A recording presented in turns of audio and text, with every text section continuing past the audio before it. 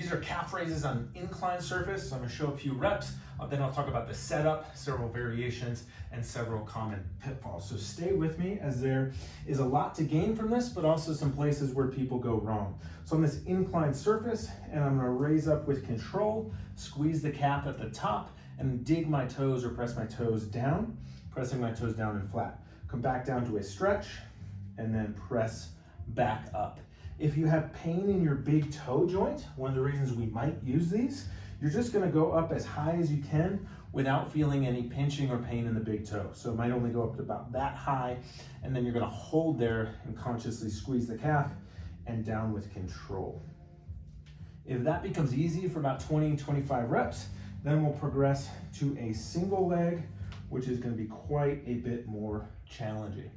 I'm showing these in socks, but I do typically find these are more comfortable wearing shoes. So your mileage might vary, but typically recommend doing these in shoes. So a couple notes. First, about the setup. I have this like a slant board. You can get these on Amazon. They're not too expensive. It's great for this exercise, and there's a few others we can use it for. But you can also just rig something up at home. So you might find a cinder block with a old piece of scrap wood. You might have a standard step that you kind of put something off of, stack up a few old textbooks that are pretty sturdy. In a gym, you can stack up some weight plates and then have one at an angle. So you might have to get a little creative on how to rig this up, but I tend to like it a little bit more than just doing these kind of heel off calf raises, because I find we get a bit more stability here, which allows us to work with more control and more focus. This also mimics to a greater extent what we're gonna find when we're, say, going uphill, which is one of the places where we can run into calf or Achilles tendon issues. So we want to get a setup, and we want to find that setup where I can get my heels down, that's flat, but I feel a pretty good stretch in my calf, particularly my left one is a little bit tighter. And so I feel a stretch there, but I can get my whole foot on that. So if I couldn't, then I would lower that angle a bit. And again, you'll have to experiment at home with the best way for you to do that, or order one of these slant boards. Lots of places online will have them. So with that out of the way, some variations and technique points. So we're gonna start double leg, and I'm gonna come up with control, consciously squeeze the calf, and down with control. If you have pain of the big toe joint, we're just not gonna go as high. We're gonna use as much of that big toe range as you have, and then we're gonna pause and have a little more time under tension, so we still get some work in the calf, even though we're not going all of the way up. So that's one way we can modify around limitations of the big toe. We're still gonna get more range and more work in the calf than doing this, say, flat-footed. So it's one reason we like these, even though you can't go full range. If you have pain in the big toe joint, you're still gonna get higher. It's gonna mimic what you're gonna see as you go outside and potentially go uphill. So I typically start two legs. I wanna work up to 20 or 25 reps. And then we're gonna go single leg. Pretty much technique is the same. A couple common pitfalls. One we see is using the quads for momentum. So that will typically look like this. I bend my knees to start, and then I shoot my knees up. So I want to try to avoid that as best I can, so we're isolating the quad. The second one, I'll show this from the front, as people come out, they'll go out to the side. So they'll lose contact of the ball of the foot and the big toe.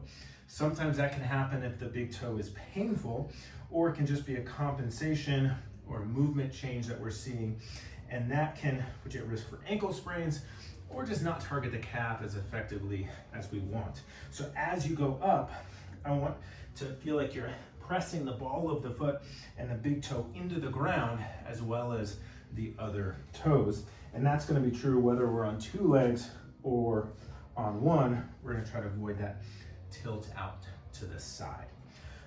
Finally, this is too far from the wall. I kind of get my head over it, and then I don't have much work on the calves. So I want to try to be roughly upright, but still holding on to something for balance. If you get to 20 reps on a single leg, then you can hold a weight in one hand and work the same way.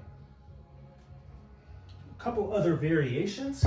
So I'm showing first here a straight leg.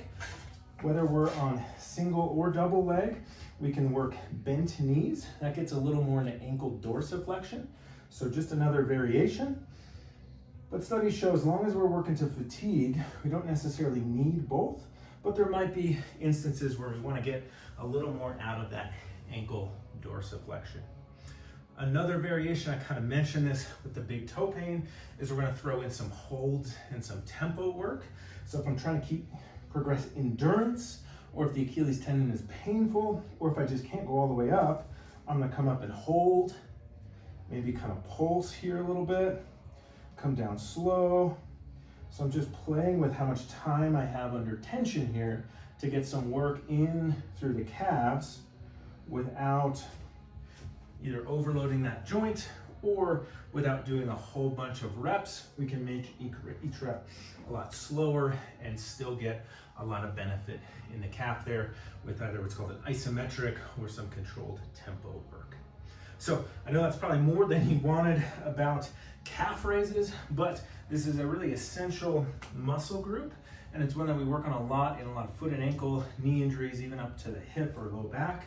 And so just making sure that you're doing them well can make a big difference. If you have tight calves, this can also be a great way to loosen them up while getting them stronger at the same time, because I feel a pretty good stretch there at the bottom, and then I'm getting strength through that whole range. The only time you might not want to use these is if you have an insertional Achilles tendon injury. So that's an injury right at the base of the heel, almost at the bony part. Sometimes putting too much stretch on there can be painful, but this might be one that we progress to as things calm down. So that's calf raises on a slant board or on just an incline surface. Great and pretty straightforward exercise once you find a place to set it up.